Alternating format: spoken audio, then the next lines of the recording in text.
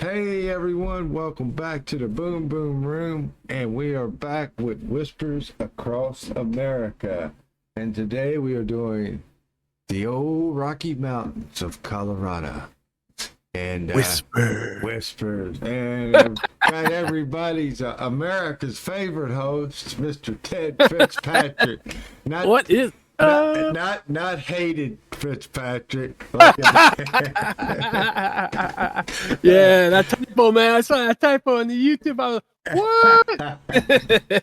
was for y'all out there wondering what we're talking about, I made a post on the channel's post, and I put that Ted was gonna be the co-host, but I guess it was a typo. I must was tired, didn't have my glasses on. Or nah, dude, it's the autocorrect. It was AI. But I put instead of Ted Fitzpatrick, I put hated Fitzpatrick. I mean, it might be appropriate for spooky folklore. Yeah. Yeah, no, everybody loves you, Ted. That's how they that's like the Simpsons Halloween special every year. How they change the names of the Simpsons stars to make them kind of weird and spooky. Yeah. Yeah. Yeah. No, nobody hates you, Ted. When I seen you, when I seen you, comment on it, I was wondering what's he laughing about, And I looked and said, oh my gosh, hated Fitzpatrick. But anyway, mistakes happen. But anyway, Ted, how you been doing? Good, man. Just to let you know, I mean, in the word ashes, there is the word ass. Just to, Ash. Yeah, but there's one less S, so it's ass. It's pronounced different. Ass. Oh, okay. Not ass. It's ass. Hey, it's real. so I told you I met a storyteller today that does it that's his job. Yeah. And he had a big bumper sticker on his car that he says he tells spooky folklore. So I was like, hey, that was cool. check out this YouTube channel right here. Did he have a channel? I forgot to ask you that. I do not know. I gotta look it up. Yep, I sent. Yep. So. Well, that's cool, man. I hope he watches it. I hope he watches this episode. Shout out to you, Mr. Bumper Sticker Folklore Teller from California. Welcome. But anyway, I guess without further ado, if you want to get started, Ted, with the tales, spooky from Colorado. The Rocky Mountain State. Yep. Yes. So, the first spooky folklore story for tonight, or whenever you're listening to this, it doesn't have to be tonight. We prefer that you listen at 3:30, and it's better. They're better at nighttime. And eat chicken wings while you're kill a chicken and fry it and eat chicken wings. The chicken wing sacrifice. Yeah. The first story is titled "The Slide Rock Bolter, the Terror of the Mountains." High in the mountains near, I don't even know how to pronounce that one. Ouray. Okay. High in the mountains near Ouray and Telluride, old-time Colorado miners used to speak of a monstrous creature that lived among the steepest slopes. Something too big to be real, but too terrifying to ignore. They called it the Slide Rock Bolter. This bizarre beast was said to be part whale, part mountain demon. This beast had a massive, blubbery body a huge mouth that stretched open like a cavern.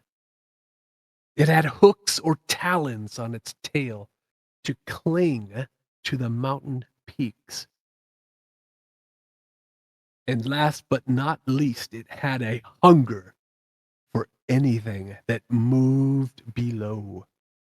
According to the miner's legend, this creature would anchor itself to the top of a steep slope, watching patiently. When it saw prey, loggers, miners, even entire camps, it would release its grip, sliding down the mountain at terrifying speed. Trees, rocks, people, everything was swept up in its gaping mouth. Once it reached the bottom, the bolter would launch itself back up to another peak, using the momentum of its grotesque body, and wait again.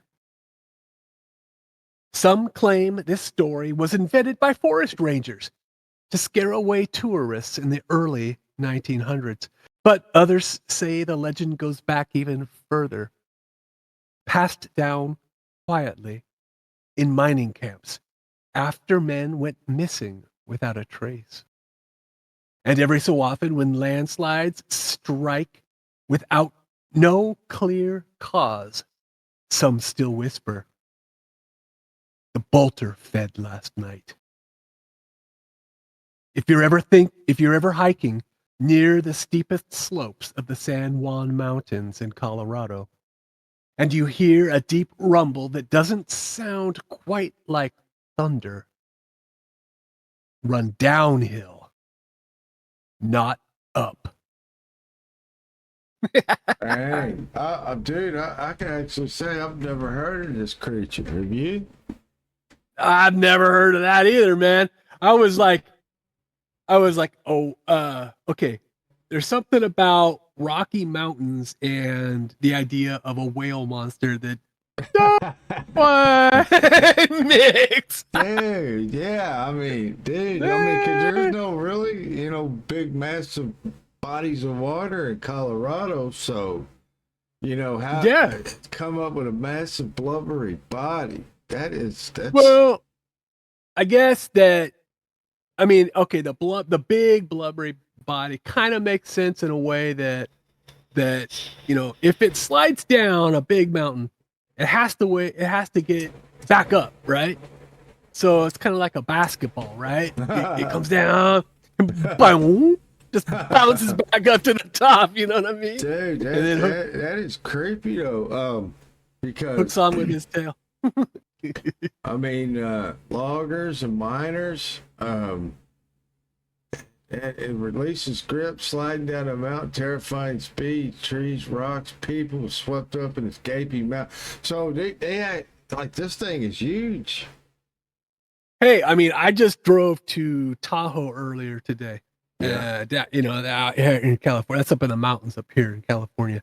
And I was driving along 2-lane highway, and there's a rock slide. It didn't happen when I was driving by, but the rocks were on the road, Yeah. and we had a highway patrolman stop to try and clear some of the rocks, and when you're in the mountain regions, it's landslide country. You know, it's you always got to watch out. Be prepared, man. Yeah. Be prepared to step on that gas. Yeah. I know in southeast Oklahoma, they have a lot of mountains, and that's called in the cryptic world for Bigfoot, it's called X, because it's supposed to be a lot of activity. And I remember going down there. I was helping my father-in-law about 20 years ago do some work in southeast Oklahoma, and they would have these signs, to Ouachita Mountains, and say, watch out for falling rock. You know what I mean? And and stuff. At first, I thought he was, watching out for a Native American named Fallen Rock, but It was actually rocks. Yeah, it's there's a lot of mountains down there, and I've seen some big rocks slide down. So, do you think that just came out of some kind of lore? I mean, from Well, okay, you got the landslide part of it, right? yeah, Which, just the landslide is monstrous enough, right? yeah, But these this folklore was invented by miners, and you got to think that the miners back in the day were coming across um dinosaur bones, right? yeah, Especially in Colorado. Because back in the day, Colorado, they had the Stegosaurus there, yeah. Now Stegosaurus was the one. If you think about that dinosaur, that's the one that had the spikes on its tail, Oh, right? okay. I think so. I think you are true. So that if Colorado had a lot of those spiky tail ones, then it kind of makes sense that and they're miners.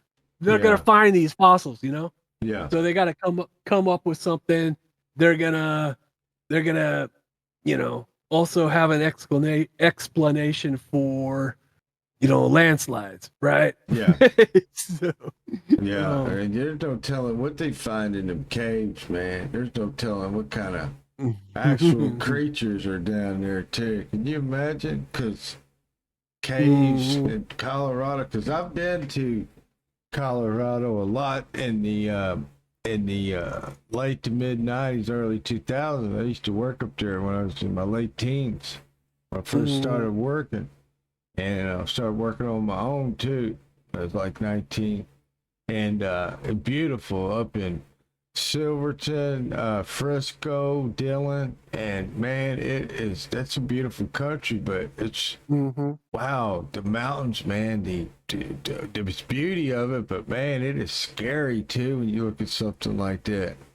How massive it is. I never was there in the wintertime and with a lot of snow, but that and the old miners probably too getting drunk on that old homemade moonshine.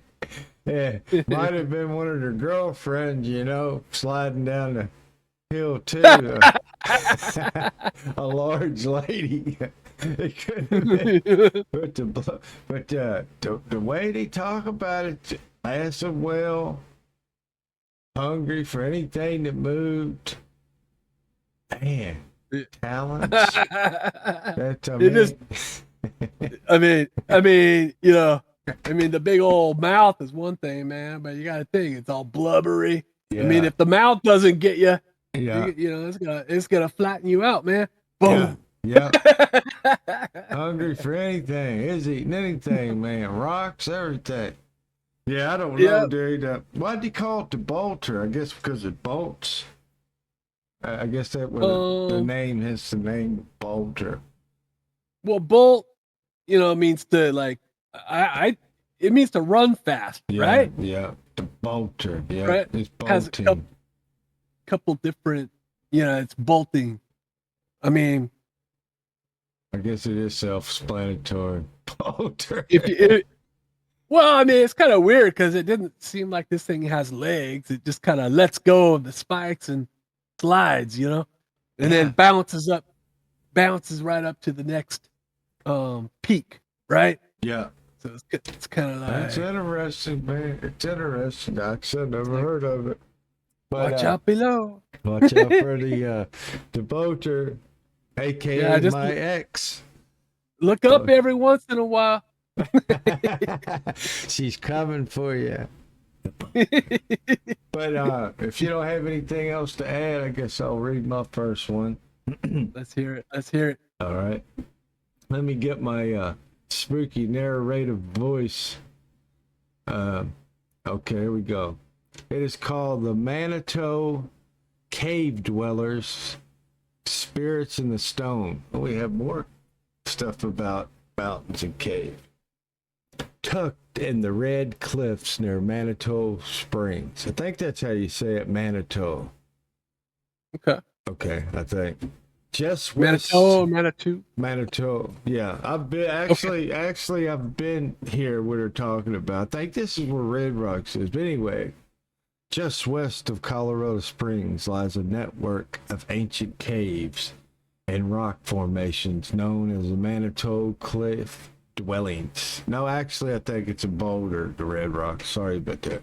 Anyway, though today they're preserved as a historical site, locals have long whispered of spirits that never left.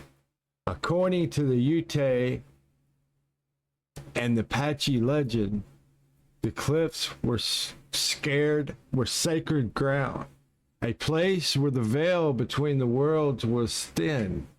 Some believe that during the times of drought or war, the tribal shamans would retreat into the caves to seek visions, and not all of them return.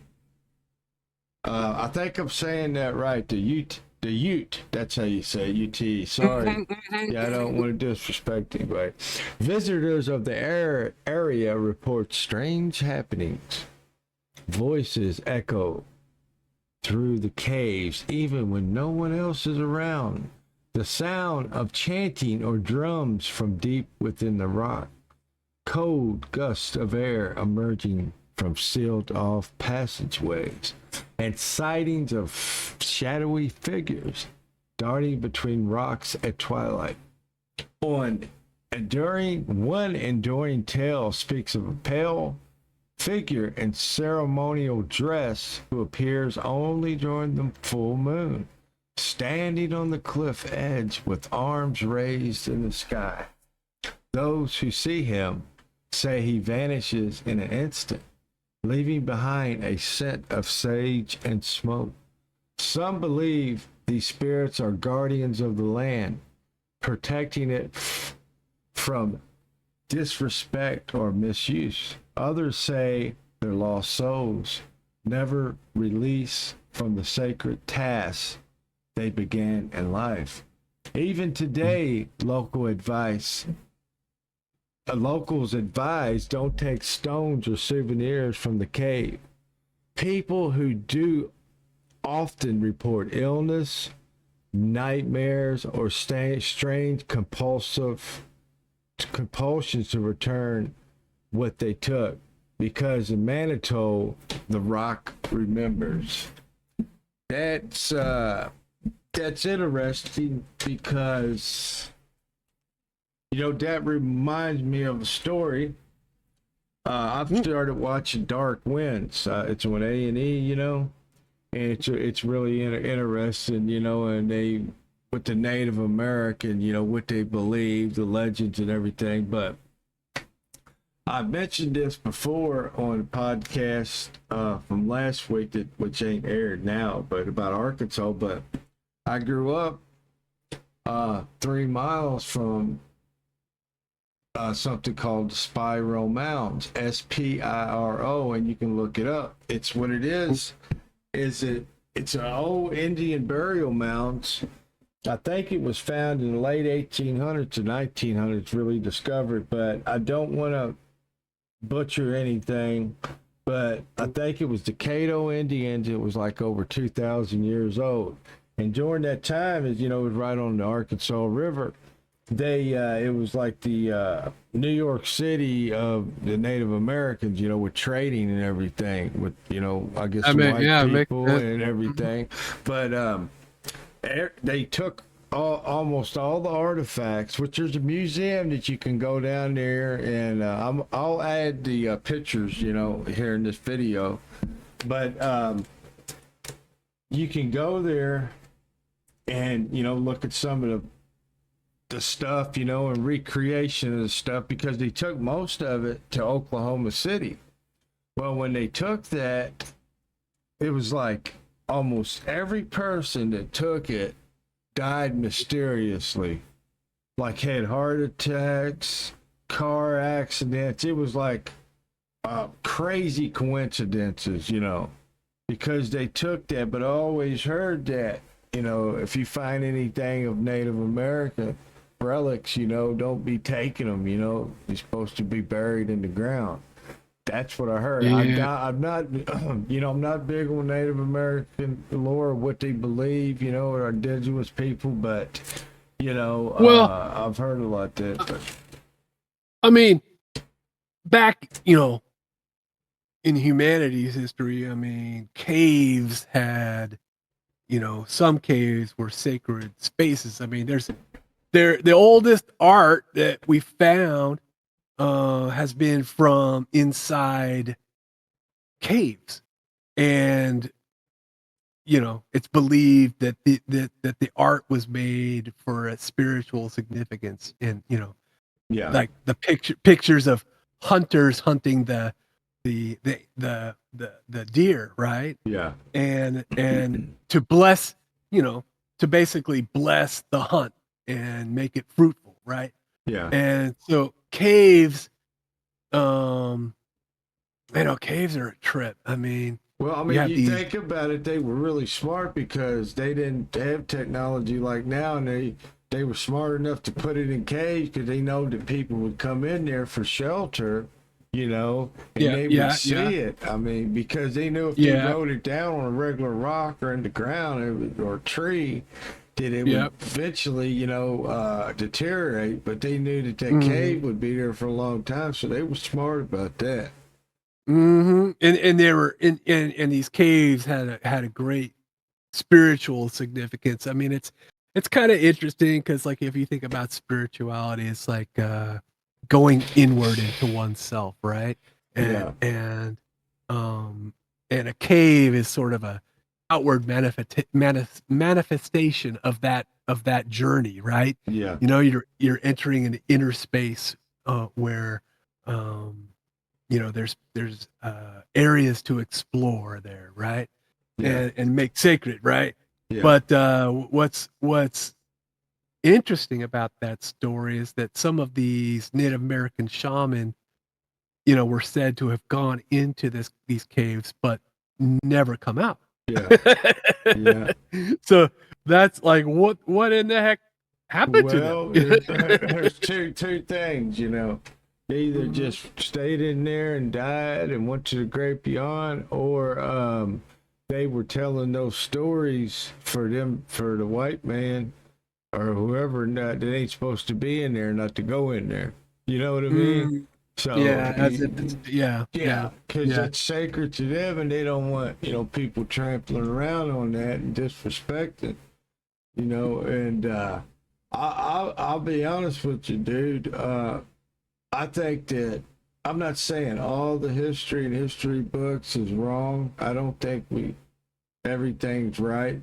You know what I mean in history, but it was awful that a lot of the government done to the Native Americans. Oh yeah. It was really, really awful. And I understand that there's good and bad in everybody, and there were probably savages, but they probably were savage because they had to be savage. But there was probably ones that were, untamable and savage. But it was, when it all come down, it was about power and taking the land, and just and it was just one civilization happened to have more advanced weaponry. That's what it was about. And I mean, I don't have the solution what should have went on back then. Give them a whole state. I don't know. I can't make them kind of, it was like godly decisions, but and you got to respect people's beliefs. Like Native Americans. I think it's fascinating the way they believe. And the spiritual.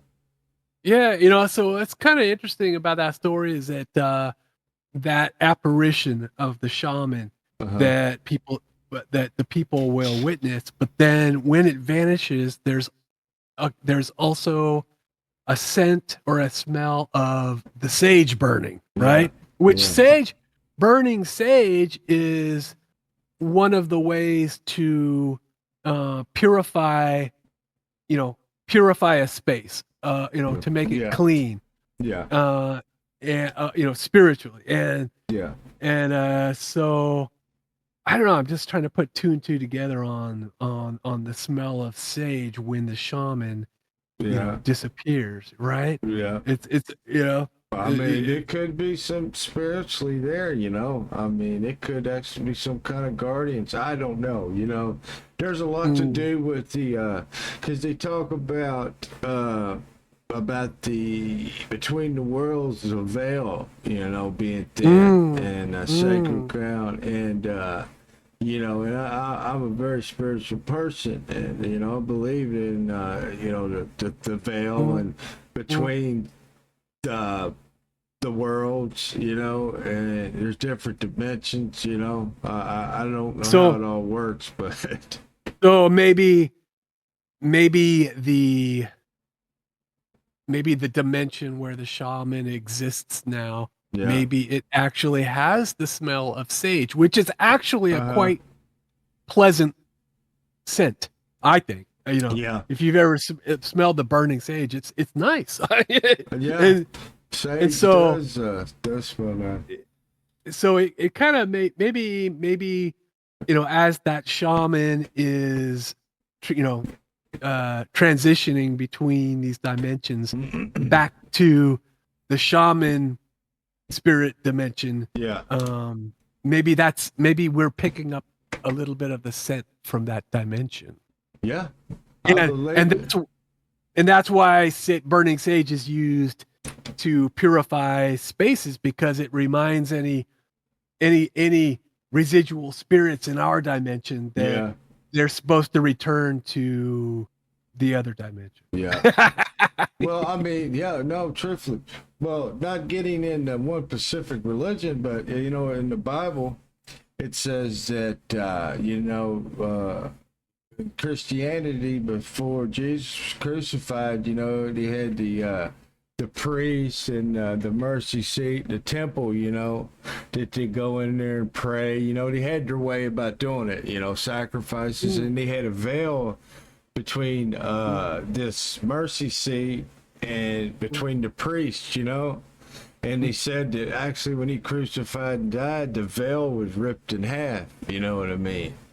And that represented that, you didn't have to have a priest or whatever to come to God Almighty to worship him, because back then it was different. They had sacrifices and stuff, but that's when they mentioned the veil, that was interesting, because that was the veil between God, and man. It was really interesting. But and I really, you get into any kind of cryptic, you go down the spiritual side, anything you think about cryptics and monsters and supernatural and ghosts, it all comes down to spirituality, man. And and there, I believe that, I know this is a weird statement, and I believe that some people that like hear things that, I mean, are totally, like, I don't want to say like in a disrespectful way, mentally ill, and like, and talk to herself super schizophrenia. I believe that they actually, what happened, because our mortal eyes, I believe, this body are not supposed to see beyond the veil, because our mortality of our human body and brain is not to that existence yet. And I think that they've looked beyond the veil, some people, and it actually, messed their mind up, if that makes sense. That's me personally. That's my, belief in a lot of people that are mentally ill, because our mortal minds, I think we got to transition before we can actually see the spirit world. You know what I'm saying? And we have to become of that. Yes. World, yes, to be able to exist in that plane, because a lot of religions and believe, when you die, you go on, and spirit and I, of course, I believe that. I'm not going to get in all my beliefs, but I think it's all, we go on a different plane and a different dimension, and there's a veil between that.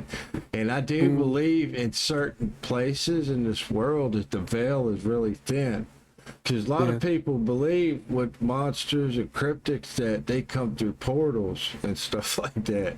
I know it sounds crazy, but they think that, because interdimensional. Interdimensional, man. And well, this next folklore story, or I don't even know if it's folklore, but it's a creepy story. This place definitely would qualify as a location. Yes. Where the veil is thin. Are you telling me to shut up, Ted? Are you telling me to quit my rant, Ted?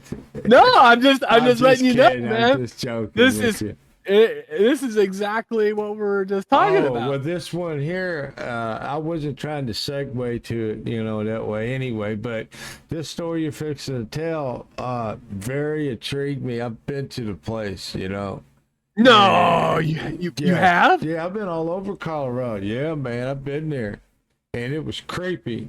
And did you peek to the other side of the veil? I didn't know. I did. That would explain a lot. It was after hours, Ted. I couldn't get in. No, it was after hours. I went there. I could not get in there. It was. I think it was closed. Something was going on. I couldn't get in there. You know what I mean? I can't remember. Whenever I hear the name of this place, I just, in my mind, I hear the theme song from The Shining. Yeah. Man, that is a creepy show. But so this next one is called The Ghosts of the Stanley Hotel in Estes Park, Colorado. High in the Rocky Mountains, near the edge of Rocky Mountain National Park, stands the grand and eerie Stanley Hotel. A beautiful white structure built in the year 1909, famous for both its elegance and its ghosts. But it's not just any haunted hotel.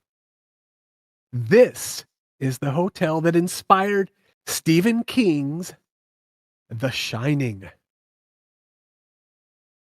King and his wife stayed at the Stanley in the year 1974, reportedly the only guests that night, and he had a nightmare so vivid that he wrote the outline for his story, The Shining, the very next day. The Stanley Hotel's eerie history begins with its founder, Freeland Oscar Stanley, who built it hoping the mountain air would cure his tuberculosis. Some say Freeland's spirit still walks the halls, keeping watch over his beloved building. Guests report hearing pianos playing by themselves, children laughing when no children are staying at the hotel, and seeing phantom figures in period clothing. The fourth floor is the most active, especially room 401, where people say they've been touched, heard whispers, or seen the closet door open on its own. But the most haunted of all is room 217, the same room Stephen King stayed in. In 1911, a maid named Elizabeth Wilson was nearly killed in a gas explosion there. She survived, but after her death, strange things started happening in that room. At the Stanley Hotel, guests report flickering lights, their suitcases mysteriously unpacked, their clothing folded at the foot of the bed, and a woman's shadow crossing the room. The Stanley Hotel embraces its haunted legacy, offering ghost tours, but they always warn you. The hotel doesn't stage anything. The spirits don't work on command. They're just always there. Stanley, man. Yeah. So did you actually stay at the Stanley? No, I didn't. I went Oh, there and man. I didn't go in it because I can't remember the reason why. I don't know. I was a teenager, you know. Something told you. Something told you. You know. I mean, that could have been it. You know. Yeah, it could have been. There was a reason that you didn't go in, man. Yeah, there was some good reason. No, but that movie, man, freaked me out. I think that's one of the most eerie, freakiest movies. Well, Stanley, whatever, Quebec or whatever. He's he's a crazy director. But yeah, that's kind of spooky, man. Those places like that, because they. I didn't do it on the Arkansas one, but they've got in Eureka Springs, Arkansas, they have a motel like that here. And I'm not trying to like change the subject about the motel, but there was a doctor doing experimenting on people at this motel, and in Arkansas, I'll look it up real quick, but it's haunted, and. Arkansas, let's see, hotel haunted. And my friend, they wanted to Crescent. That's what it's called. It's called the Crescent Hotel. And my friend that's got the Cryptic channel, the Cryptic podcast, him and another podcaster want to come down and stay and do like a conference, like a meet and greet for both of them content creators. But, dude, it is freaky, this Crescent Hotel. It is old looking castle, and it's got a fainting room in it. I remember I went in there, I guess that the corsets, when they have ballrooms and stuff, and I guess if the corsets were too tight on the women and they were dancing, they would pass out, and they had a little room to the side with like a little bed. Like a little half bed, I guess when the women would faint or got too overheated, they'd just lay them there, And it didn't have a door on it. It was weird, but it called it the fainting room. But it was spooky, that hotel, dude. So the most haunted rooms at the Stanley is room 401 and 217 So, all right, let's say we do a little addition. Here. Yeah. The first numbers of each room, 4 and 2, that equals 6. Yeah. The last numbers, 7 and 1. 7 minus 1 equals 6. And if you take the 1 and the 0, the middle numbers, and kind of put them squish them together, it looks like a 6. Yeah. So that's 666, man. Yeah. You mathematician. But you gotta squish the 1. You gotta squish the 1 and the 0 together. Man, where did you go to school, Chuck? At the Stanley Hotel. So he built a home motel to cure his tuberculosis. It's crazy. Back in the day, man, that's where everybody with TB, man. Colorado was a big TB ward. Yep. Yeah, that's where Doc Holliday died, But honestly, that maid ghost doesn't sound so bad. I mean, if you think about it, you go to stay in room 217. And you get there, you put your suitcases on the floor, go down to that bar, that creepy bar, and have Jack Torrance serve you some JD. Come back, and then and all your clothes are unpacked and folded on the foot of your bed. Good ghost. I mean, Yeah. It's not, You can't, you that can't doesn't, complain that about doesn't, that. that doesn't sound too creepy. No, actually sounds very pleasant. Yeah, yeah, yeah. But you better leave her a tip. Yeah, you better. I gotta look at a picture of this hotel. It's been a while since I've even looked at it. A pic of it. But I've seen there's a couple YouTubers that I watch that go to places, and I seen them do like little tours and everything. And man, it is weird. Wow, it's actually a pretty. Man, am I looking at the right hotel? Yeah, this is.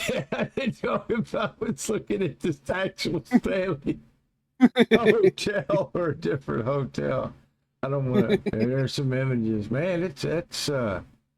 Yep, that's it. It's been a long time, dude, since I've been there. I don't know why I didn't go in there. I might have got creeped out. Shoot, I don't know. Yeah, yeah. And then that sequel. There's a sequel to the movie The Shining called and it was actually another book that King wrote called Doctor Sleep, and that's when Danny Torrance, who was the kid Yeah, in the original Shining, this is him as an adult, yeah, and the Stanley is in that book as well, in that story as well. really. And in the movie too. It's a heck of a movie, man. It's a good Dude, I yeah. wanted to watch it. I don't know, something stopped me. I heard there's that one scene, that's pretty rough, but it ain't nothing sexual. It's just violent, Yeah. Oh yeah. That's super violent. I wouldn't let your kids watch it, but I need to watch it. I really need to watch it. I need to do like a watch party and watch both of them. It'd be cool. Mm-hmm. If I could, I don't know if I could stream it on Discord because it's been a couple months since I watched any movies on my Discord channel, but streamed them. But that would be cool, like to have a watch party for both of those movies. But Doctor Sleep, yeah, I seen that, and what's his name in it? Gregor, isn't it? What's that guy's name? Yeah. Yep. He's in it. Yep. Is he the little boy? Yeah, he's Danny. So they got some kind of special, some kind of power, like these kids? I mean, yeah. Or visions? Yeah, Ewan McGregor. Yeah, Ewan McGregor. Yeah, he's The Shining. Well, I guess like you were talking about earlier, people who have, for whom the veil is somewhat thin, right?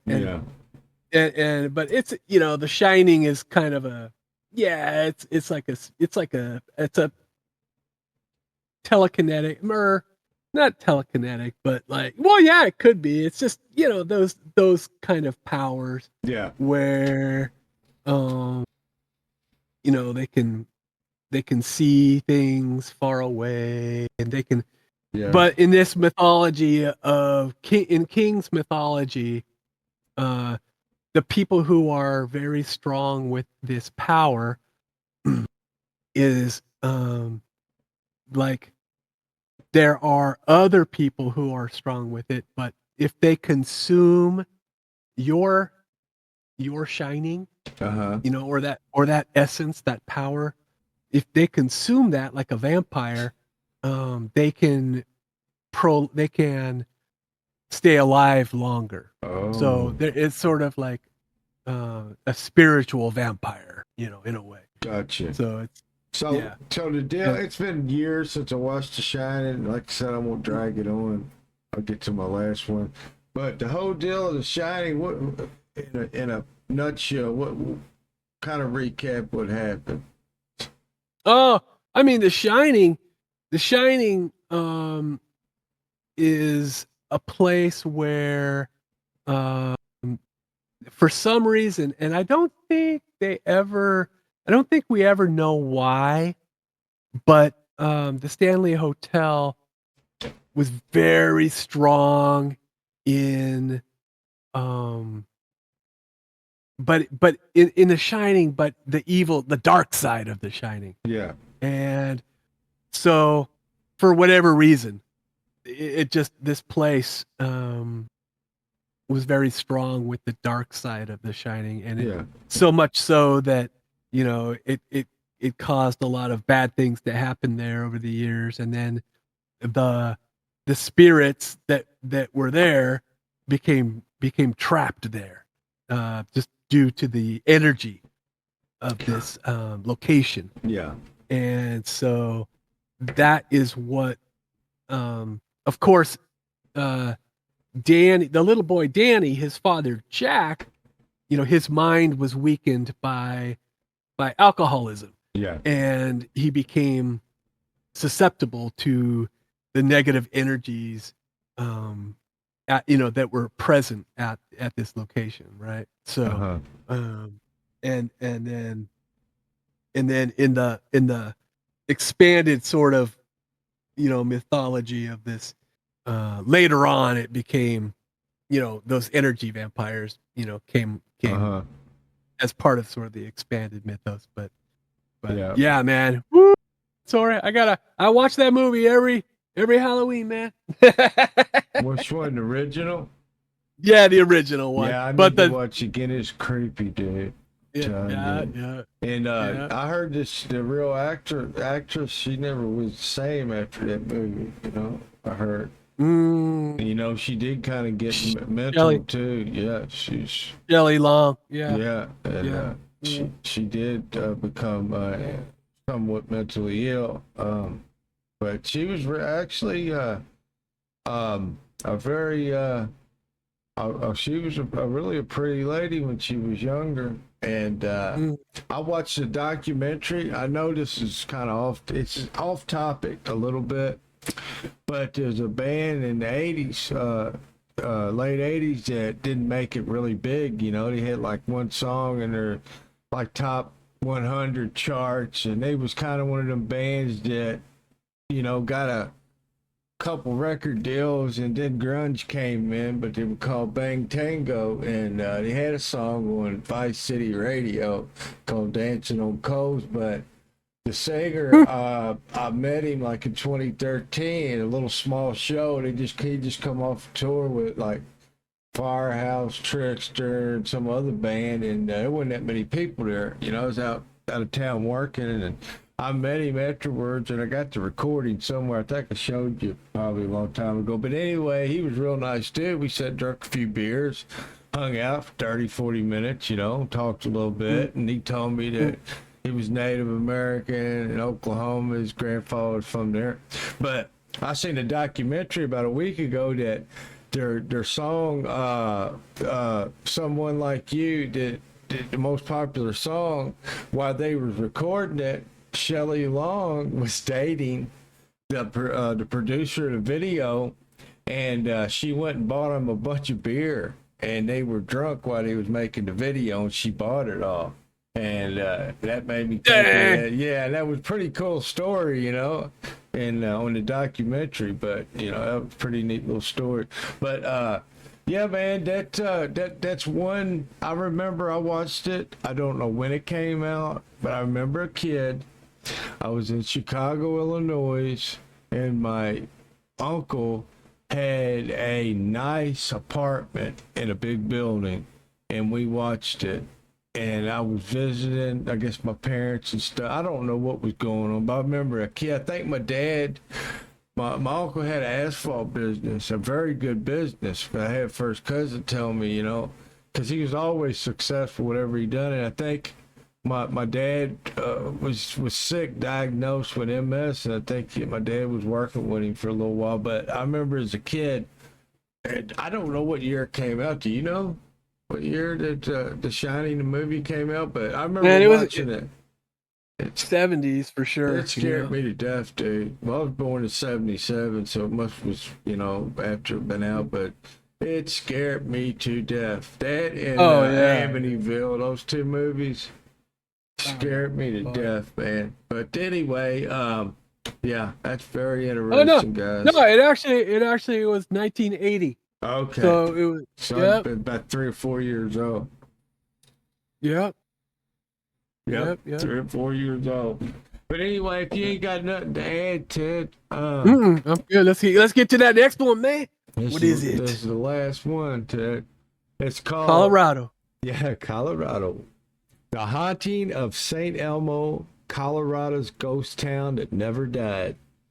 High in the Sasquatch Range of the Colorado Rockies lies the ghost town of St. Elmo. And not Elmo, Tickle Me Elmo.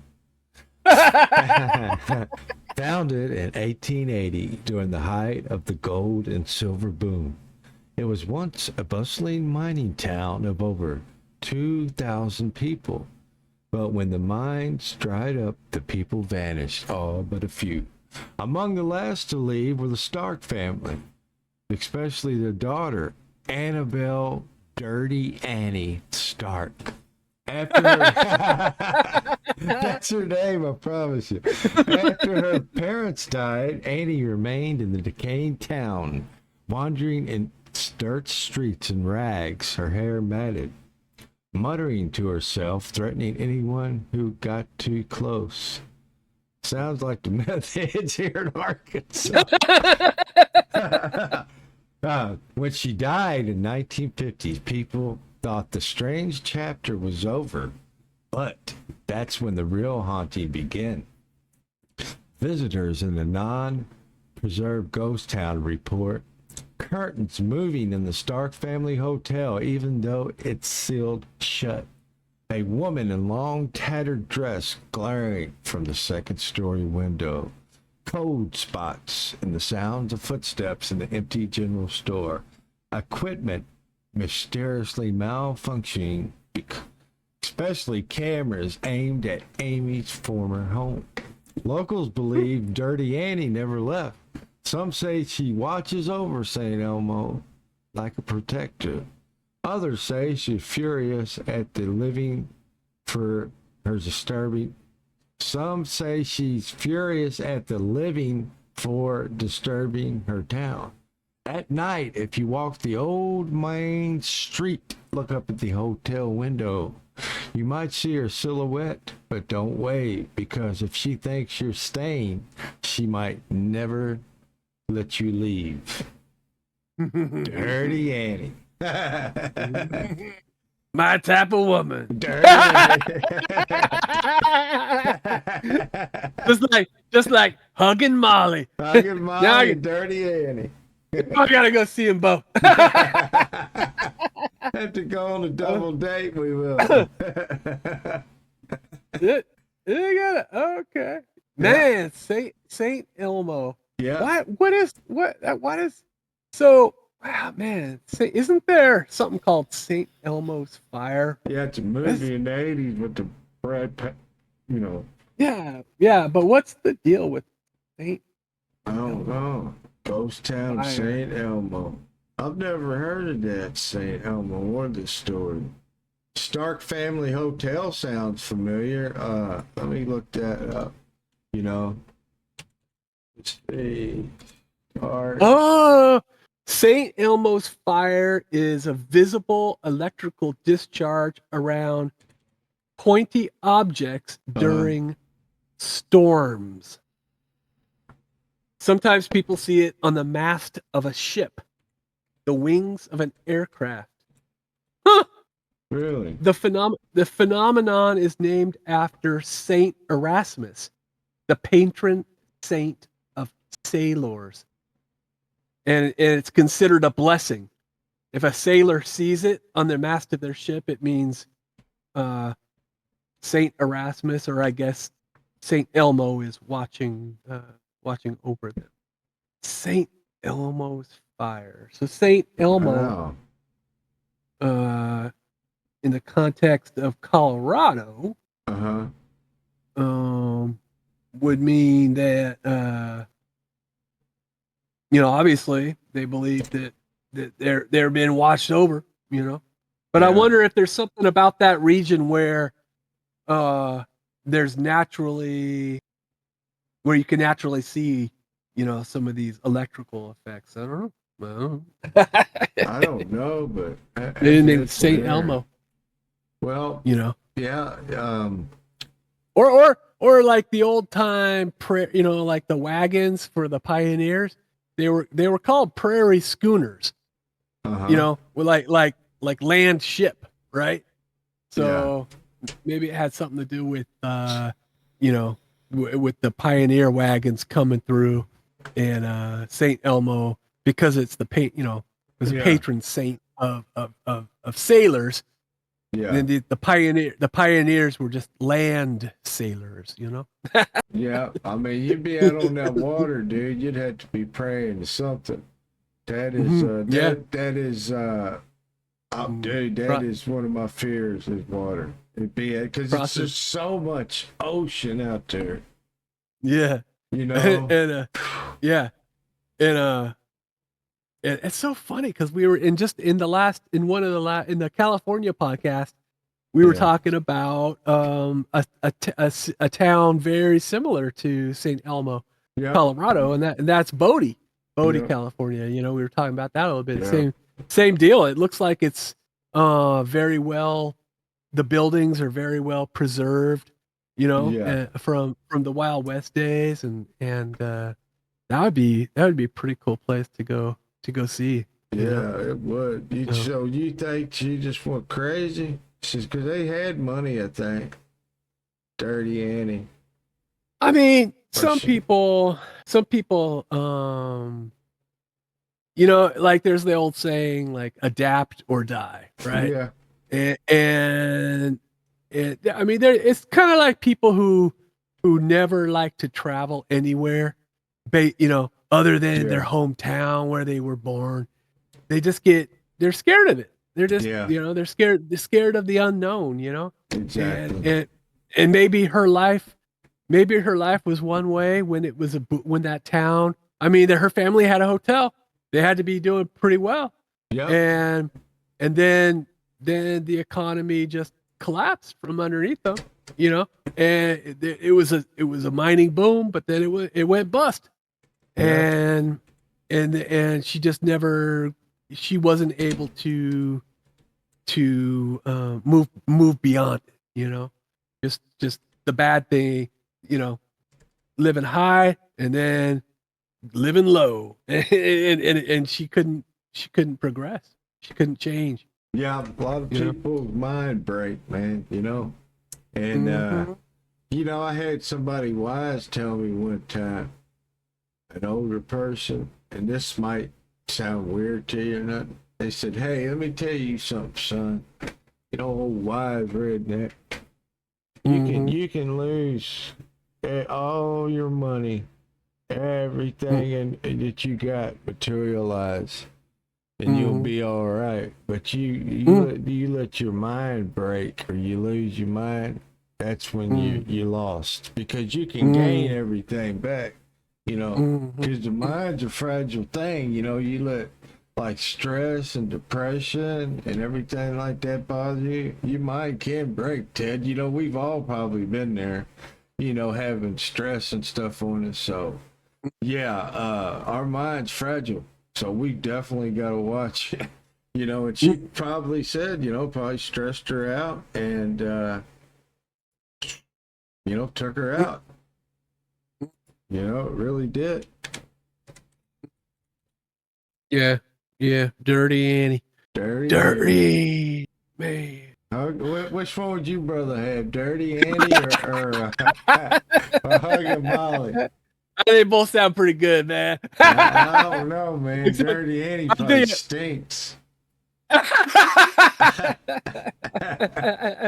Yeah. Not dirty in the good way. Yeah, not dirty in a good way either. Actually dirty. Hugging Molly. They'd both be spooky, man, to deal with. But I think a lot of these ghost stories, though, people do make them up. I believe some places are haunted, but they make them up just to scare people off, Just to make things interesting, too. Oh, for sure, man. It's a lot of fun. I love these stories. The spooky folklore from all 50 states. Whispers across the world. I do believe in a lot of them, though. I'm just not You know, I'm not reading every one of them thinking that they're, not real, because I do believe that, cryptic and supernatural. Well, man. Where there's smoke, there's fire. You know what I mean? Yeah, I've always, no, really, because I always heard there's always a little truth in a lie, Mhm. Yeah, exactly. But anyway, Ted, if there's nothing else you want to add, I'm going to end this episode. That was fun, man. That was fun, man. Colorado. Yeah, Colorado. Yep. That Rocky Mountain High. Yep. It's going to be interesting. The next one. Just remember, shadows from the starlight are softer than a lullaby. Rocky Mountain High. I thought you was a poet there for a minute, too. I really did. That's John Denver. I figure it was. What a great man. Great haircut, too. Great haircut. But next on our list is Connecticut. Now, I don't know. I think somebody wanted to do a Civil War state with me.